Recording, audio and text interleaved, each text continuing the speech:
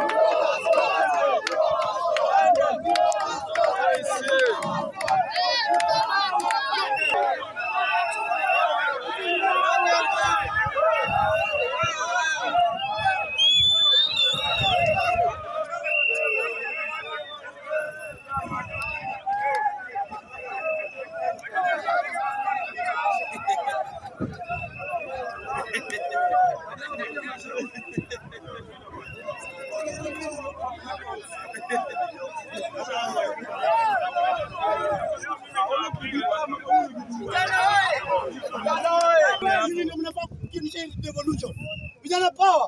Vijana power! Naomba hii ilikuwa riaso. Maandamano yenyewe ni kesho. Vijana power! Hata askari anajua kuna maandamano. Tunafaa tuandamane.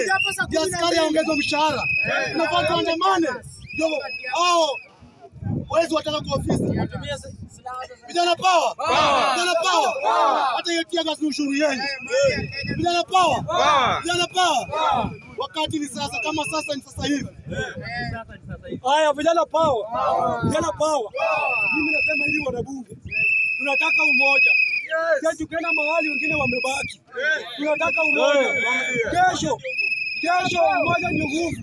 Kesho tunaomba ya kwamba sisi kama wanabunge 1000 na tutaenda kwa barabara tutamshia ticketing. Kwa sababu ya nini? Maisha imekuwa ngumu Kenya. Bei ya unga iko juu. Bei ya school fee iko juu. Bei ya kondom iko juu.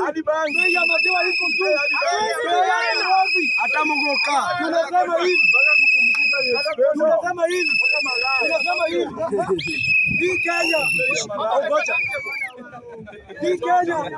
Hii Kenya tuko na katiba mpya. Tuko na katiba mpya ya 2010. Serikali ya Ruto imeshindwa kufuata katiba. Kwa hiyo maneno Rigathi Gachagua na Ruto serikali yake yote watoke yote.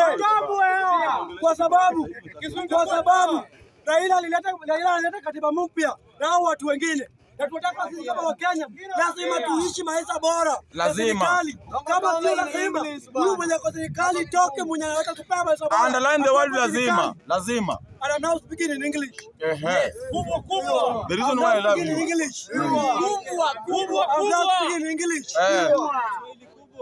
Kenya, there's what we call a multi-party democracy. Of course, yes. That attempt of Ruto and his surrogates trying to kill multi-party democracy is tantamount to subverting the constitution. And Rigathi Gachagua. He's using Rigathi Gachagua. Yeah. He's using Malala. Yeah. Who failed in in America. Yeah. Malala, you're a failure. Malala, don't engineer something which cannot help you. With Malala. Cannot help.